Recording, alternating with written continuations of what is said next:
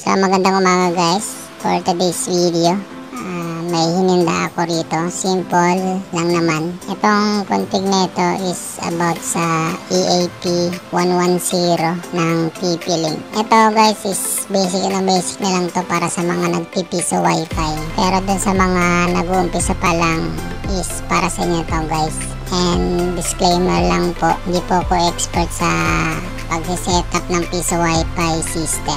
So, itong video na to is based lamang sa mga ginagawa ko. Yun lang guys, umpisa na natin. So, ito guys, napapansin nyo rito is ganito ang diagram niya. Yung LAN papunta sa laptop or PC ninyo. Itong config na to guys, pang laptop or PC setup muna. Then, yung PUE natin na port is papunta sa access point or yung antenna. Ang una natin gagawin dito guys is dapat i-static natin tong computer natin, yung PC or laptop.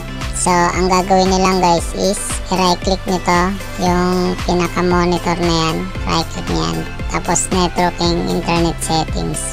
Click nyo lang yan. Then, punta kayo rito sa advanced network. Click nyo lang yan. Then, may makikita kayo rito ang ethernet. Para sa mga Windows 11 to guys ha. Then, click nyo tong arrow down. Tapos, more adapter option. Click nyo lang yung edit. Yan. Tapos, double click nyo ito. Yung ethernet protocol version 4.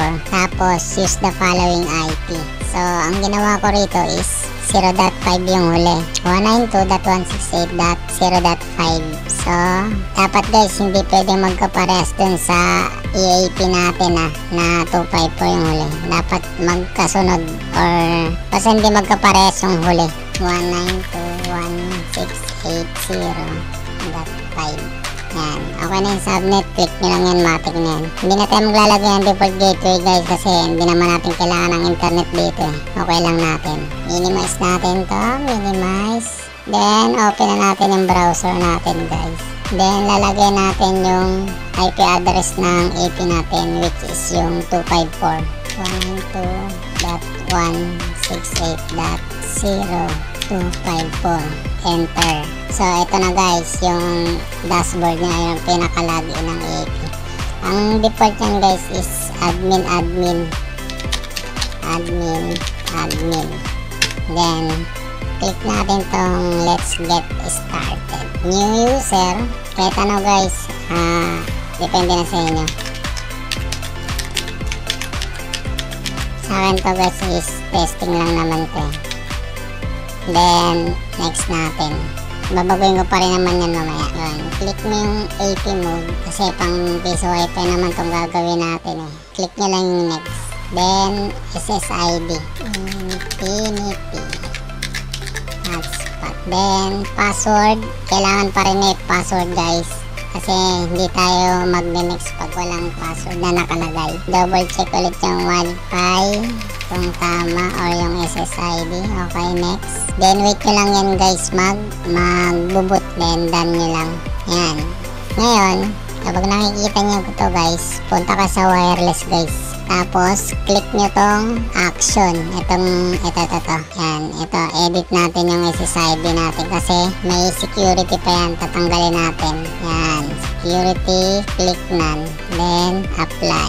Or okay. Then, pagkatapos nyan, punta kayo ng management. Uncheck nyo ito. Yan. Para to sa mga, especially sa mga MikroTik hotspot. Makikita nila to yung unit na to o yung AP na to sa DHCP leases. Para doon nila makikita yung IP niyan para nare-remote nila. Kung kayo naman gumagamit ng LPB, ADO, Pisofy, static nyo lang to, then bahala na kayo kung ano gusto nyong IP ilagay dyan. So sa akin ganito lang, save.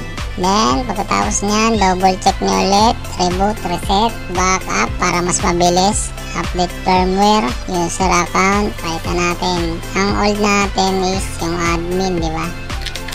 Admin, old password, new user.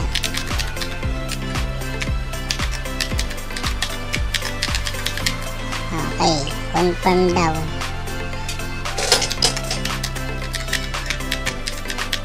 Save. Yun, okay na yun guys. Tapos na yan. Ngayon,